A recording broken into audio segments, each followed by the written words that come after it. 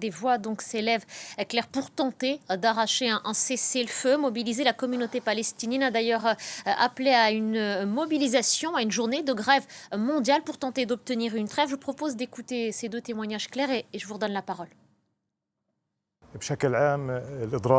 La grève est générale et les gens la respectent.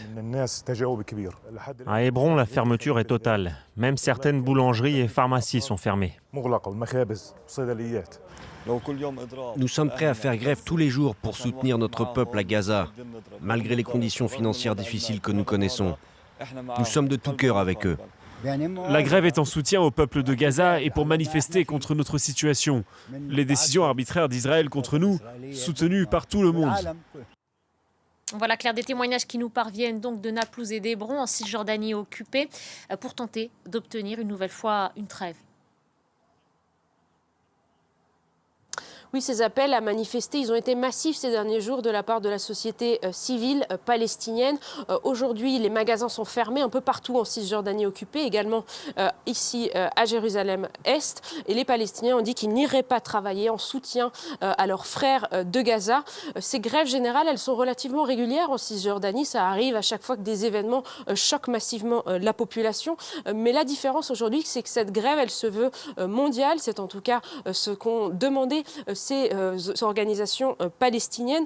Aujourd'hui, on a vu des images de magasins fermés au Liban, en Jordanie par exemple, et puis plusieurs manifestations, notamment à Ramallah, une manifestation qui est toujours en cours. Le but des organisations palestiniennes, c'est de manifester contre le soutien américain à Israël, puisqu'on le sait, les États-Unis ont apposé leur droit de veto à un vote du Conseil de sécurité de l'ONU il y a quelques jours pour un cessez-le-feu humanitaire à Gaza. Les États-Unis étaient le seul pays à voter contre ce cessez-le-feu. 13 pays avaient voté pour, dont la France. Mahmoud Abbas, le président de l'autorité palestinienne, avait alors considéré que les États-Unis étaient responsables de l'effusion de sang à Gaza. Je cite. Et donc, pour faire pression, eh bien, il y a des appels à manifester un petit peu partout dans le monde.